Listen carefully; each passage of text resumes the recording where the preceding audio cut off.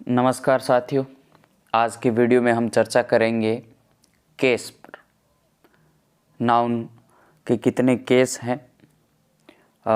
Example के तौर पे बताऊं तो नॉमिनेटिव या सब्जेक्टिव केस कौन सा है, ऑब्जेक्टिव या एक्यूजेटिव केस कौन सा है, डेटिव केस क्या है, ओब्लिक कौन सा केस है, वोकेटिव केस कौन सा है। इन सब के ऊपर आज के वीडियो में हम विद एग्जांपल्स चर्चा करेंगे, क्योंकि एग्ज़ाम पॉइंट ऑफ व्यू से और ग्रामर पॉइंट ऑफ व्यू से जो आपका टॉपिक है केस, ये एक अच्छा और इम्पोर्टेंट टॉपिक बन जाता है। तो आज के वीडियो में हम इस पर डिटेल से चर्चा करेंगे, तो बने रहिए वीडियो के साथ। वीडियो को अंत तक देखिए और यदि आपको वीडियो अच्छा लगे तो हमारे यूट्यूब चैनल ग्रामर गुरु को सब्सक्राइब ज़रूर करिए। चलिए बात करते हैं केस के ऊपर कि केस है क्या, इसको डिटेल से समझने की कोशिश करते हैं। तो सबसे पहले हम ये देख लेते हैं कि English makes use of 4 cases. English के अंदर टोटल 4 केस हैं, nominative, generative, accusative and dative case. इनके अलावा हम एक और केस जो मैंने आपको बताया था वोकेटिव केस, उस पर भी चर्चा करेंगे कि वो क्या है। तो first of all the term case applies to nouns and pronouns. जो टर्म है केस, ये नाउन और प्रनाउन के लिए अप्लाई होती है। The case of a noun और pronoun is determined by what the word does in the sentence. और हमें इनका निर्धारण उसी के अनुरूप करना है कि ये नाउन और प्रनाउन है वो सेंटेंस में क्या काम करते हैं।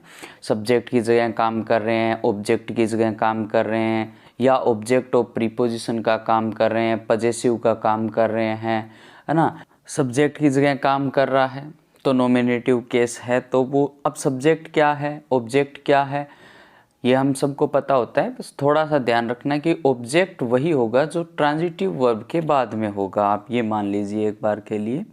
चलिए एक एक को देखते हैं कि ये नाउन और pronoun is in the dative case when it is used as an indirect object. यदि किसी सेंटेंस में, आप सबको पता है कि एक सेंटेंस है उसमें डायरेक्ट और इनडायरेक्ट दोनों ऑब्जेक्ट होते हैं। कईयों में केवल डायरेक्ट ऑब्जेक्ट होता है और कुछ सेंटेंसेस ऐसे हैं जिनमें डायरेक्ट और इनडायरेक्ट दोनों ऑब्जेक्ट होते हैं। तो यहाँ अपने को एक बात, तो अपने एग्जाम्पल से इस चीज़ को देखेंगे। हम इस बात का ध्यान रखेंगे कि जब भी कोई सेंटेंस है, फॉर एग्जाम्पल अगर मैं कहूँ कि I gave him a pen, तो I gave him a pen, इसमें आप देखेंगे कि हमारी जो ट्रांजिटिव वर्ब है वो है गेव, इसके बाद हिम है और ए पेन है। तो ए पेन हमारा डायरेक्ट ऑब्जेक्ट है, हिम हमारा इनडायरेक्ट ऑब्जेक्ट है।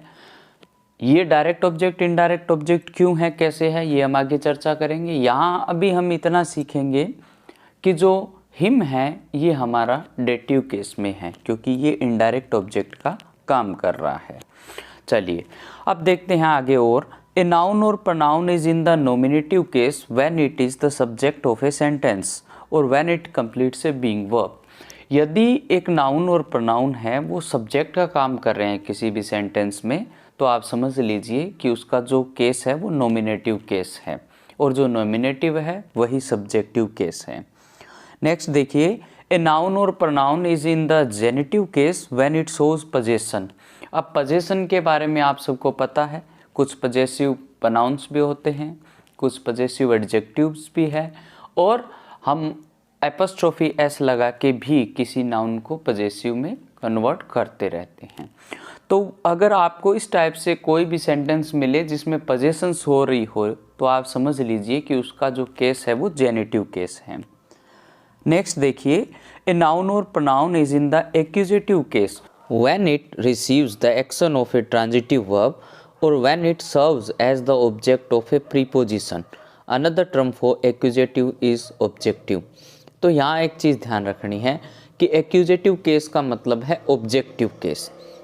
अब ऑब्जेक्ट वही होगा जहाँ ट्रांजिटिव वर्ब होगी, सबसे पहले तो ये क्लियर कर लेते हैं। सेकंड थिंग है कि ऑब्जेक्ट ऑफ प्रीपोजिशन, यानी प्रीपोजिशन के बाद में अगर कोई भी ऑब्जेक्ट है तो वो ऑब्जेक्ट है, वो ऑब्जेक्ट ऑफ प्रीपोजिशन है, तो वो भी अपने आप में ऑब्जेक्टिव केस है, यानी एक्यूजेटिव केस है। और जो ऑब्जेक्टिव केस है इसी का एक नाम ओब्लिक है। ओब्लिक पूछ लिया जाता है कई बार एग्जाम में कि ओब्लिक है ये कौन से केस से रिलेटेड है, तो आपको ध्यान रखना है ये एक्यूजेटिव या ऑब्जेक्टिव केस से रिलेटेड है। ठीक है, अब अपने देखते हैं कि नेक्स्ट आगे और कौन सा केस है और वोकेटिव केस है वो कौन सा होता है और वो क्या है। चलिए ठीक है, देखते हैं वोकेटिव केस क्या है।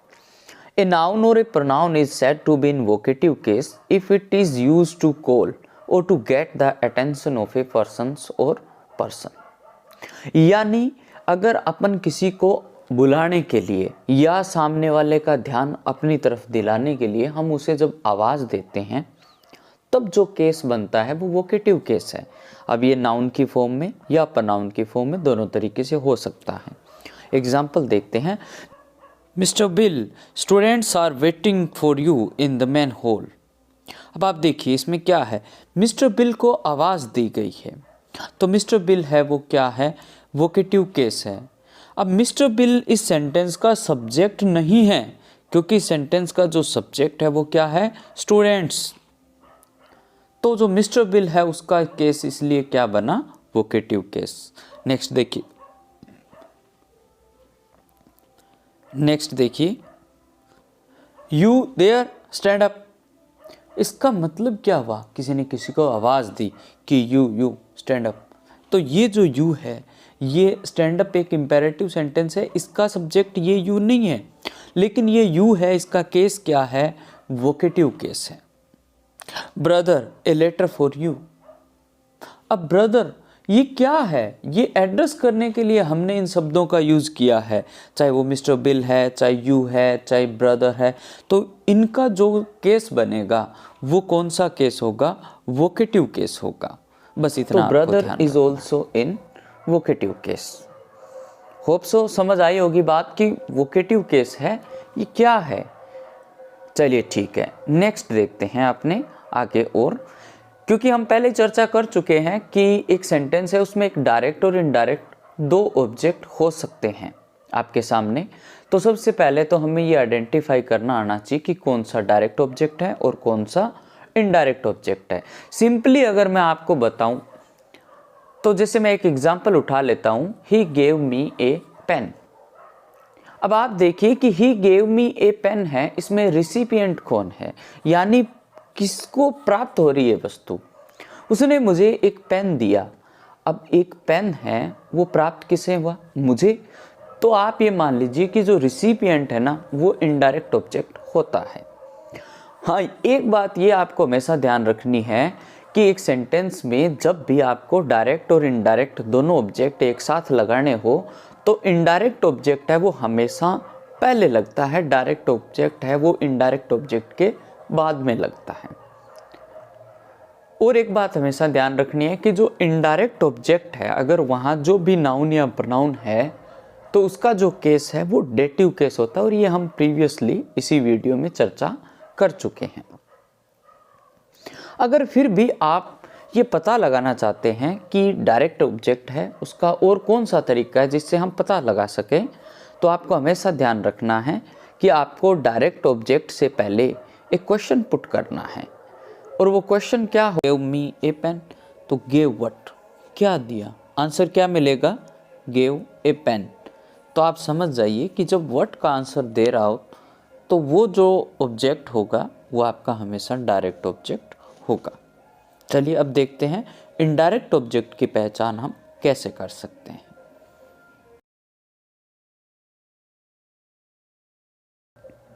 तो देखिए कि to find the indirect object find the verb को ढूंढिए एंड आस्क, और उससे क्वेश्चन करना है टू whom और टू व्हाट और फॉर whom और फॉर व्हाट।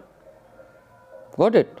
अब क्वेश्चन कर बिना, ही gave me a pen, sentence था हमारा, गेव टू whom, किसे दिया, आंसर क्या आएगा, मी, मुझे दिया।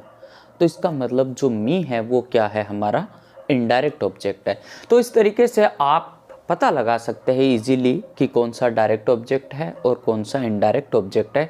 हाँ, इतना ध्यान रखना है कि अगर डबल ऑब्जेक्ट है किसी सेंटेंस के अंदर और उसमें जो इनडायरेक्ट ऑब्जेक्ट है उसका जो केस है वो डेटिव केस रहेगा, ये बात आपको ध्यान रखनी है। ठीक है, चलिए नेक्स्ट देखते हैं। फिर देखिए एग्जाम्पल्स हैं। I met your sister, your sister, your sister, I met your sister. अब आप देखिए मेट एक ट्रांजिटिव वर्ब है और ट्रांजिटिव वर्ब के बाद आपको पता है ऑब्जेक्ट है, तो इसका मतलब योर सिस्टर है, ये क्या है, इस सेंटेंस का ऑब्जेक्ट है। और जो ऑब्जेक्ट है तो इसका मतलब ऑब्जेक्टिव केस आपका है, और ऑब्जेक्टिव केस है वो, ये आपसे एग्जाम में ऑब्जेक्टिव ना लिख के एक्यूजेटिव नाम से मिलेगा, आपको इस बात का ध्यान रखना है। और कभी कभी आपको एक अलग टर्म ओब्लिक भी आपके अपने माइंड में रखनी है। सेकंड देखिए, the vendor sell mangoes, vendor sell mangoes, again जो मैंगोज है वो इस सेंटेंस का ऑब्जेक्ट है, तो सिंपली ऑब्जेक्टिव केस है। The book is on the table, अब यहाँ देखिए the book is on the table, अब जो आपका सेंटेंस है इसके अंदर जो वर्ब है वो ट्रांजिटिव नहीं है, इसका मतलब ये सेंटेंस पैसिव नहीं बन सकता, पैसिव नहीं बन सकता, तो इसमें जो ऑब्जेक्ट है वो वर्ब के साथ डायरेक्ट नहीं है। तो ऐसे में क्या ध्यान देंगे कि ओन, ओन क्या है, प्रीपोजिशन है, आप सबको पता है। तो यहाँ जो टेबल है, द टेबल, ये ओन का ऑब्जेक्ट है, यानी प्रीपोजिशन है उसका ऑब्जेक्ट है, तो यानी क्या बन गया, ये ऑब्जेक्ट ऑफ प्रीपोजिशन बन गया। तो यहाँ हमने ये देख लिया कि जो ऑब्जेक्ट ऑफ प्रीपोजिशन है वो भी ऑब्जेक्टिव केस में ही काउंट होते हैं, यानी वो भी आपके एक्यूजेटिव केस का हिस्सा है। चलिए ठीक है, नेक्स्ट देखते हैं। The teacher gave the students few exercises, यहाँ देखिए स्टूडेंट्स और few exercises both are subjects, क्योंकि जो गेव ट्रांजिटिव वर्ब है, लेकिन इसके साथ जो वर्ब है, जो ऑब्जेक्ट है वो एक डायरेक्ट है और एक इनडायरेक्ट है। अब आपको देखना ये है कि हम पहले सीख के आए हैं, आपको ये देखना है कि इसमें कौन सा डायरेक्ट है और कौन सा इनडायरेक्ट है। हाँ, इतना ध्यान रखना है कि जो इनडायरेक्ट सब्जेक्ट होगा वही, जो इनडायरेक्ट ऑब्जेक्ट होगा, सॉरी, जो इनडायरेक्ट ऑब्जेक्ट होगा वही आपका डेटिव केस होगा। अब आप देखिए, the teacher gave the students few exercise, teacher gave what, क्या दिया, फ्यू एक्सरसाइज, इट मीन जो व्हाट का आंसर है वो आपका डायरेक्ट ऑब्जेक्ट है। टू हुम, किसे दिया, स्टूडेंट्स को, तो द स्टूडेंट्स है वो क्या है, इनडायरेक्ट ऑब्जेक्ट है। अब इनडायरेक्ट ऑब्जेक्ट में भले नाउन हो या प्रोनाउन हो, आपका जो केस बनेगा इसका वो डेटिव केस रहेगा। चलिए ठीक है, नेक्स्ट एग्जाम्पल को देखते हैं। The postman brought me a letter, अब मी क्या है, अगेन मी रिसिपिएंट है, लेटर किसे रिसीव हुआ, मी को, तो इसका मतलब मी है फिर से इनडायरेक्ट ऑब्जेक्ट है। तो अगर इनडायरेक्ट ऑब्जेक्ट है तो वो अपने आप क्या बन गया, डेटिव केस बन गया। कि यहाँ दिस इज योर पेंसिल, अब आप देखिए कि ये ट्रांजिटिव वर्ब नहीं है, इसका मतलब ये ऑब्जेक्ट है नहीं योर पेंसिल। इसका मतलब क्या हुआ कि अब ये जो योर है ये क्या दिखा रहा है, पोजीशन, पोजीशन दिखा रहा है। अब ये ऑब्जेक्ट नहीं है, इट मीन इसका जो केस है वो क्या है, पॉजिटिव केस है। नेक्स्ट देखिए, इट इज़ आवर आइडिया। अब आप ध्यान से देखिए कि ये वो सेंटेंसेस है जिनमें ऑब्जेक्ट नहीं है। ऑब्जेक्ट क्यों नहीं है, क्योंकि इनमें जो वर्ब है वो ट्रांजिटिव नहीं है। अब आपसे कोई पूछे इनके क्या आप इनको पैसिव फॉर्म में कन्वर्ट कर सकते हैं, तो आप बिल्कुल नहीं कर सकते। क्यों नहीं कर सकते, क्योंकि इनमें ऑब्जेक्ट नहीं है। पैसिव उन्हीं सेंटेंसेस के बनेंगे जिनमें ऑब्जेक्ट होंगे। तो again it is our idea, तो आवर आइडिया ये क्या शो कर रहा है, पोजीशन शो कर रहा है, पोजीशन शो कर रहा है, तो फिर से ये क्या है, पॉजिटिव केस है। जोन्स सिस्टर, एपोस्ट्रोफी एस लगा के भी हम पोजीशन शो करते हैं, तो अगेन जोन्स ये फिर से क्या है, पॉजिटिव केस है, यानी जोन की बहन, जोन्स सिस्टर। Got it. तो इस प्रकार आपको ध्यान रखना है। हाँ, एक सबसे बड़ी ये बात ध्यान रखनी है कि हो सकता है आपको पॉजिटिव केस नाम ना मिलके जेनेटिव केस नाम मिले, तो आपको हमेशा genitive, accusative, nominative, dative, vocative, इन सब नामों को याद रखना है। चलिए ठीक है, तो इस प्रकार से आपने बहुत सारे एग्जाम्पल किए। क्या आपको पता चल रहा है कि इसमें कौन सा केस है, अगर कोई केस है तो वो ऐसा क्यों है। ठीक है, धन्यवाद। मिलते हैं फिर एक नई वीडियो के साथ।